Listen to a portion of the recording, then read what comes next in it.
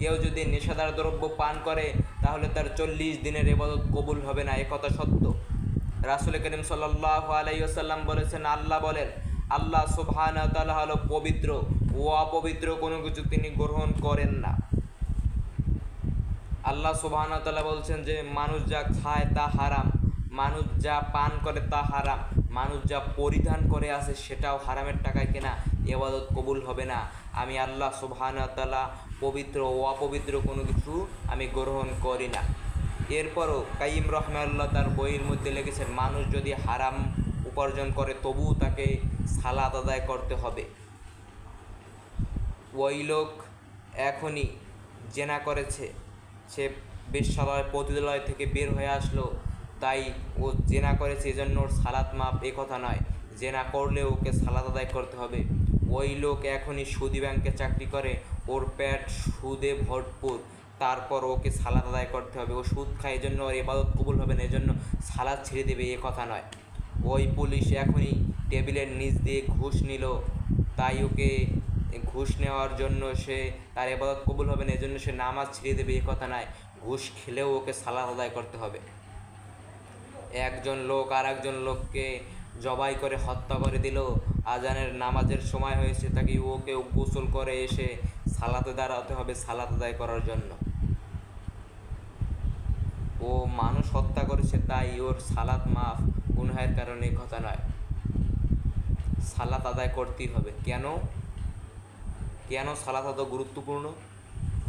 ও তো সুদ খায়, ও তো নেশা করে, ও তো বিড়ি খায়, তো ও তো সালাতই কবুল হবে না। তো ও সালাত আদায় করলে কী হবে? ওর তো ইবাদত কবুল হবে না। কাইয়িম রাহিমাহুল্লাহ বলছেন যে ওর ইবাদত কবুল হবে না, ঠিক আছে, কিন্তু নামাজটা যদি ও ছেড়ে দিত তাহলে যে পাপ হবে, ছেড়ে দিলে যে পাপ হতো, ও নামাজ আদায় করলে ওর সব হবে না, ওর ইবাদত কবুল হবে না, তাই গুনাহ ক্ষমা হবে না। কিন্তু নামাজ ছেড়ে দিলে যে পাপ হতো সেই পাপ থেকে উনি বেঁচে যাবে। এজন্য স্ত্রী পুত্র বেপর্দায় চললেও সালাত আদায় করতে হবে। সুদ খেলে, ঘুষ খেলে, মদ খেলে, বিড়ি খেলেও ওকে নামাজ আদায় করতেই হবে। ফরজিয়াত আদায় হয়ে যাবে, ও নামাজ আদায় করার নেকি পাবে না, কিন্তু ওই নামাজ ত্যাগ করলে যে গুনাহটা হতো সেই গুনাহ থেকে বেঁচে যাবে। নামাজ কেন এত গুরুত্বপূর্ণ? ধরেন আজকে এই মসজিদের ভিতর একজন লোক, হিন্দু লোক ইসলাম গ্রহণ করলো, এ কথা বলে যে আশহাদু আল্লা ইলাহা ইল্লাল্লাহু ওয়াহদাহু লা শারীকা লাহু ওয়া আশহাদু আন্না মুহাম্মাদান আবদুহু ওয়া রাসূলুহু, আমি সাক্ষ্য দিতেছি যে আল্লাহ ব্যতীত আর কোনো মাবুদ নাই, মুহাম্মদ সাল্লাল্লাহু আলাইহি ওয়াসাল্লাম আল্লাহর রাসূল। এ কথা বলে ওই লোকটা ইসলাম গ্রহণ করল। এখন ওর কাজ কি? কি এমন কাজ ওকে ইসলাম দিয়ে রেখেছে? কি এমন কাজ ওকে আল্লাহ সুবহানাহু ওয়া তাআলা দিয়ে রেখেছে যেটা করার জন্য ওই লোক ইসলাম গ্রহণ করলো? নিজের ধর্ম পরিত্যাগ করে নতুন একটা ধর্ম গ্রহণ করলো, কি করার জন্য? কি এমন কাজ ইসলাম ওকে দিয়ে রেখেছে যেটা করার জন্য সে ইসলাম গ্রহণ করছে? ও যদি বলে না আমি হজ করার জন্য ইসলাম গ্রহণ করছি, তো হজ বছরে কয়বার ফরজ? একবার ফরজ, জীবনে একবার ফরজ। তাহলে আর হজ কার উপর ফরজ? সমর্থবানের উপর। যার সমর্থ নেই তাহলে সে কী জন্য ইসলাম গ্রহণ করবে? ওর কাজটা কি? যে নেশাব পরিমাণ সম্পদ হয়নি তাহলে ওই লোক কিসের জন্য ইসলাম গ্রহণ করবে? ওর উপর তো হজ ফরজ না, জাকাত একটা ফরজ ইবাদত। ও যদি বলে না আমি জাকাত আদায়ের জন্য ইসলাম গ্রহণ করেছি, তো জাকাত বছরে কয়বার ফরজ? একবার ফরজ। তাহলে আর ইসলাম এমন একটা অকেজ ধর্ম, এমন একটা বাতিল ধর্ম যেটার জন্য কাজ দেওয়া থাকে বছরে 1 মাস বা একবার, জীবনে একবার। এমন দিন কি ইসলাম? ও না, ও যদি বলে আমি সিয়াম রাখার জন্য ইসলাম গ্রহণ করতে, তো সিয়াম বছরে কয়বার ফরজ? একবার ফরজ 1 মাসের জন্য। 1 মাস রোজা রাখো আর বাকি 1 মাস ঘুমাও, এরকম দিন কি ইসলাম? না।